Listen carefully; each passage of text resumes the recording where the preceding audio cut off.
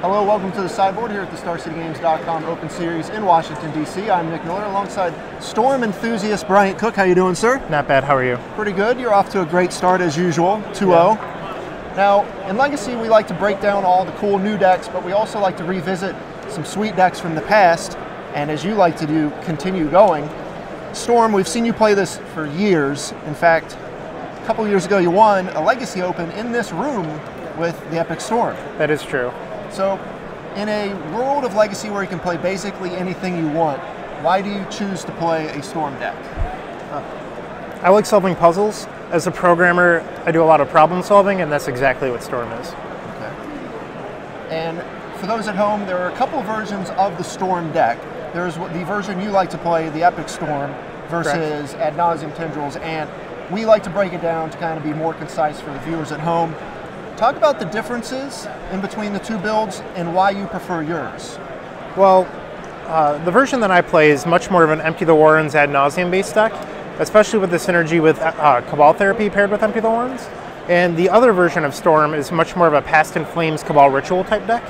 So it has a better late game where my version of Storm has a better early game. So you'll notice cards like Burning Wish or Rite of Flame that help the deck be faster and more consistent, because with this version of Storm you have a higher threat density, so you're able to combo out a lot faster. So the Epic Storm build like yours is kind of more speed based, whereas Anne is a little bit slower, uses cards like Cabal Ritual where you use something like Rite of Flame. Correct. Okay. So the pieces are a lot of fast mana, so you have Lion's Eye Diamond, Dark Ritual, Lotus Petal, Chromox, something unique to your build, Correct, as well as Rite of Flame for your fast mana. And then you have payoff spells like Ad Nauseam, Empty the Warrens, and then of course the sideboard Tendrils of Agony that you can get with Burning Wish. Correct. The other pieces are the cantrips, which we see in both builds, Brainstorm, Ponder, Gitaxian Probe, and then you have some discard between Cabal Therapy and Duress. Now there's a few differences between the discard suites in the two decks. Talk about yours and how it works in your version. I touched on that a little bit earlier, but with my version, I play 3 Duress, sometimes 2, with always 4 Cabal Therapy, where the other version generally runs 4 Duress with 3 Cabal Therapy. The reason being is the main deck Empty the Warrens. There's a lot of free wins that you can achieve by just playing Empty the Warrens and flashing back multiple Cabal Therapies. As you said, you like to kind of kill via Empty the Warrens, something you can do. You have main deck, very fast. You know, are there specific matchups where you're looking to kind of go the Tendrils route, or do you look for whatever is there at the time? Against decks like Death and Taxes or Mud or anything that has prison sort of hate, you would like to Empty the Warrens as fast as possible. Where decks like Miracles or Omniscience, you generally want a Tendrils of Agony, just because it's a little risky to do it otherwise. Sure, you have to risk things like Terminus or Engineered Explosives, those kinds of cards. Or Emrakul. Emrakul's a pretty big game too. All right, so you have the tutor package here with Burning Wish that can get you all kinds of stuff. You have an extra Empty the Warrens in the sideboard. You have your Tendrils, a Past in Flames, which the Ant deck tends to have in the main deck. Correct. What are the applications for it here in the sideboard?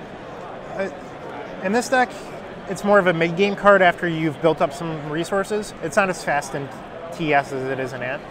I mean, I did cast it round 2 this round, the flashback Ad Nauseam, which was kind of fun. All right. So there are uses.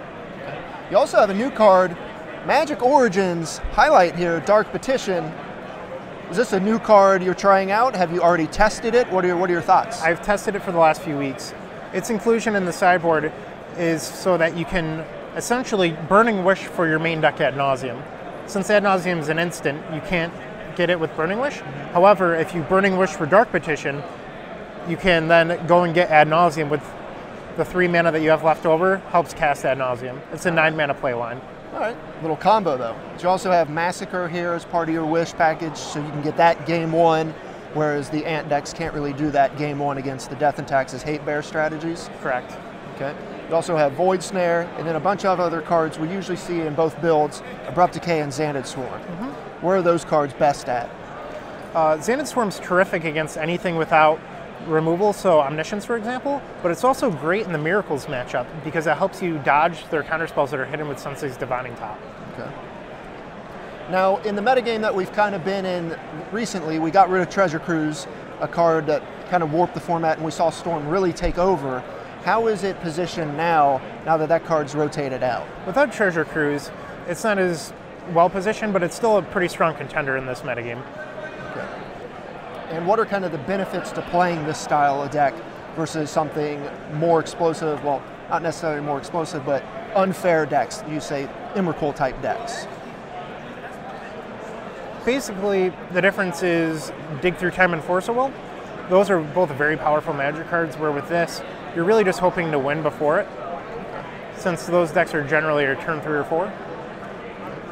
So you've got a beautiful collection here, a great deck.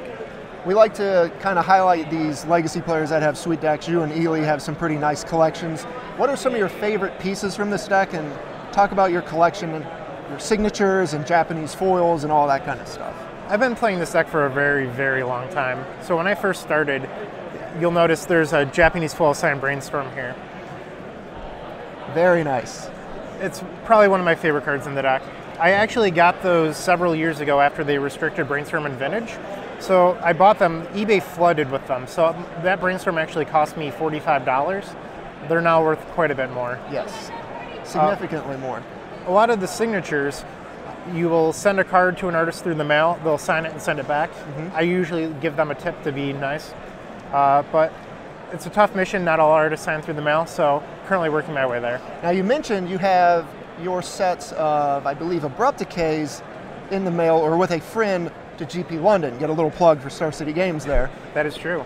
But do you do that often, have kind of people go out to events and help you I've had it happen a couple of times. Okay. What about your Black Border dual lands here? These are both very nice. You got a Volcanic Island and of course Underground Sea. Just delicate. Don't even want to touch them. I got those a very long time ago, back when they were worth way less than they are now. I can't imagine buying expensive cards nowadays. What are the last kind of pieces you have to get to complete the deck? I'm actually all done with the deck, so the only thing left to do is get the cards signed.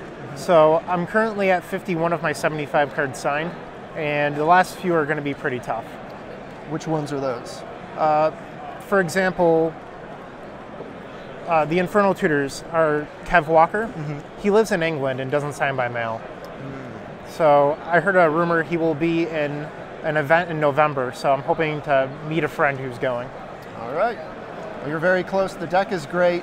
We've seen you play it multiple times. Thanks for joining me here in the sideboard. Stay tuned to StarCityGames.com all weekend long for the action here in Washington, D.C.